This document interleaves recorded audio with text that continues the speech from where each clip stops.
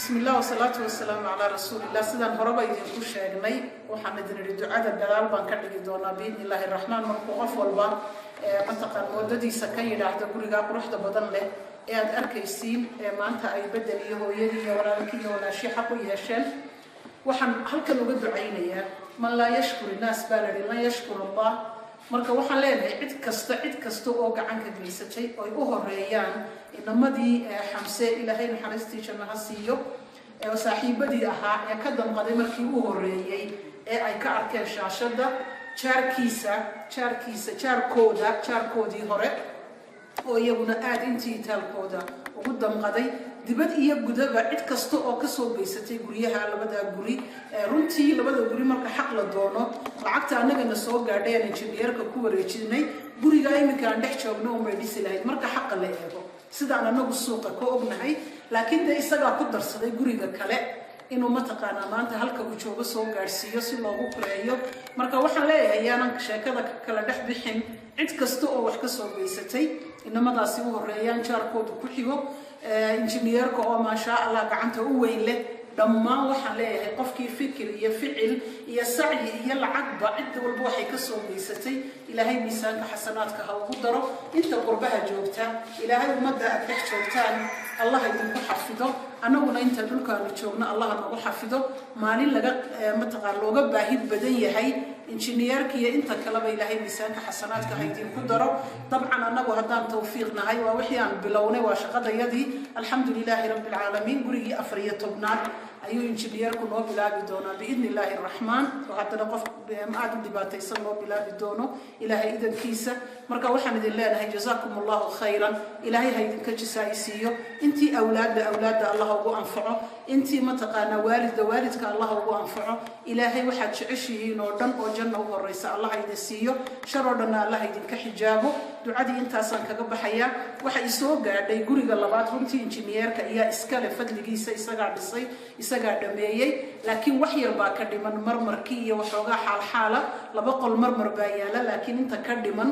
marka waxa weeye waxyaabo kale injineerku waxoogaa u leeyahayna way jirtaa runtii oo uu kanba ka sii geystay gacanta marka waxaan leenahay namadii ballan qaaday bisha dhamaadkeeda haddii ilaahay yiraahdo ina gaarsiiyo inay soo gaarsiiyaan oo adeerkood ay wada hadleen wixii ilaahay idinka soo qaado guriga kalena si loogu dhameeyo oo loogu kireeyo biidnillaahi raxmaan idinkaan idinka sugaynaa dhammaan baarakallahu fiikum baan idin leenahay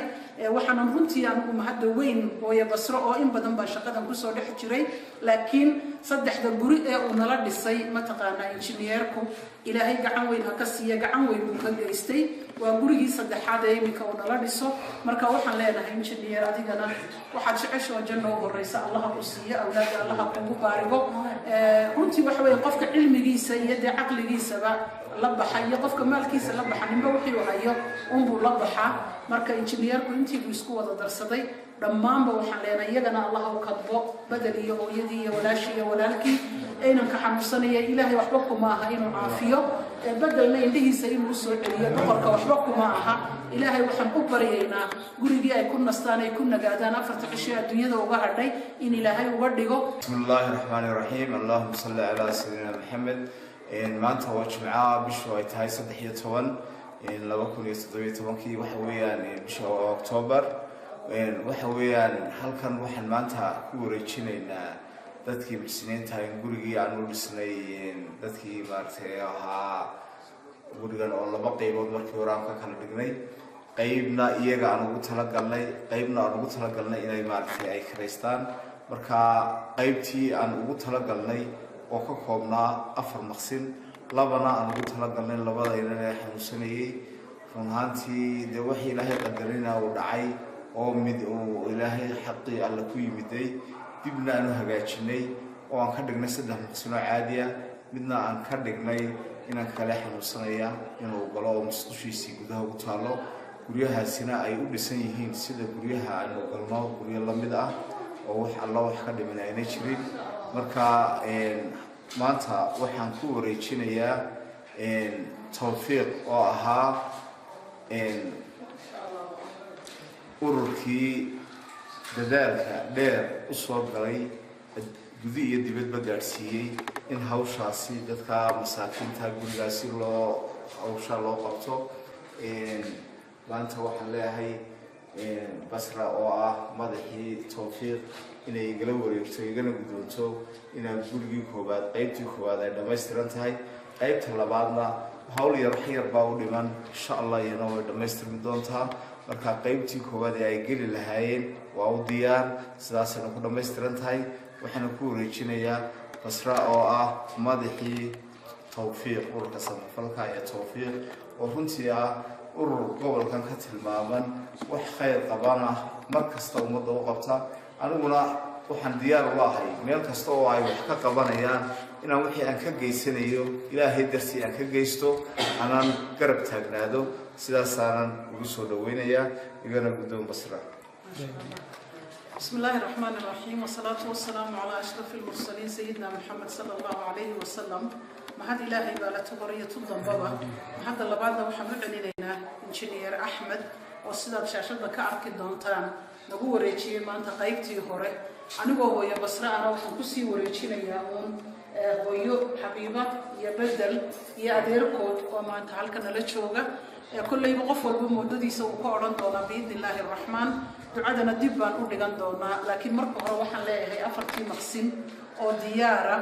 مسكوشودي أو لا فبوجي عالمي جهالو صاري مطبخودي أو لوجا دقي مطبخي يوروبيان كأو كر لوجو قاضي دارد دودي ما شاء الله تبارك الرحمن يعني منكي جيستي أيا إلهي حسنات كيسا كسين دونا نولي بنا انتي وكجيستي وربي وينا كسين دونا لكني بكاهان دعاء يا هذا الكبديب بانو بيجي دونا وحنقول رجينا يا حبيبة يا كي يبدل عقل كي بدون واقع ما شاء الله تبارك الرحمن يا ذي الخلد.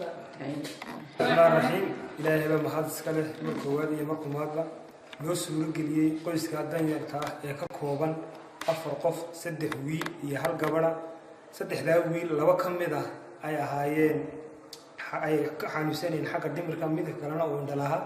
نوسو رجلي إن نقولي جن دون يدرس ما بقى نوسو قدرنا وحمر لبعض يمر سد حاد بعنو مهنا قينا قرر وينها توفيق كشق يسمى مفلكة قبل كأوضل وسيب حبه وقايب قاطع رنتها ينجني رحمة حسين شافعي وأرون كستية قلب كستية مالك كستبا يسكن قيب اللي بحل أركها كقيب قاطع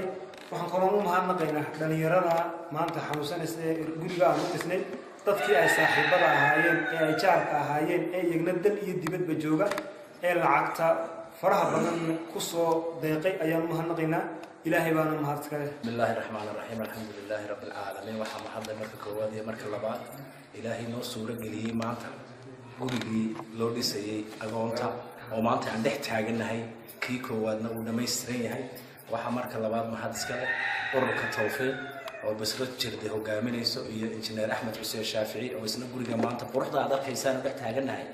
ده وقوم مجرنا سا وقوم فريا رئيستي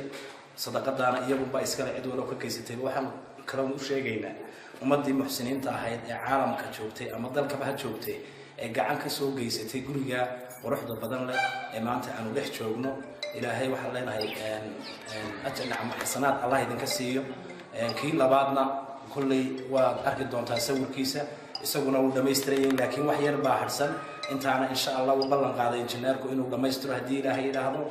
marka kulli waan kala wareegnay maanta إن شاء الله قرقي ونقول ريتين خير الله سيو ميسان حسنات كان الله وقدره والسلام عليكم ورحمة الله وبركاته. في جنة الفردوس الله يحكم دجيو مرك الله بعض حنو مهد علني نومة محسنين تميل والبيت شوكتو دي وح خيرك سوقي زتي إلى هاي جنة الفردوس الله كعبالي ميزان حسنات كان الله وقدره. الله هدي بس عادي ما نغفر حياة توفيق يوم إنجيلار كأحمد عندي تقال سيستين إلهي خير السيد وحسن الله السيد يوم هي تبكي كسوق قيد قال نوطن قضي وكي شاشتنا نقطع إلهي يغرم ميزانك حسنات قوي قولك توفيق وأحمد شافعي كم مدحيه إلهي أجر الله بخصيه مالين تهنا هاي ويلاهي كابان مالين واني نجد دوني قلتي الله وان كفرحنا إلهي هاي نجد فرحنا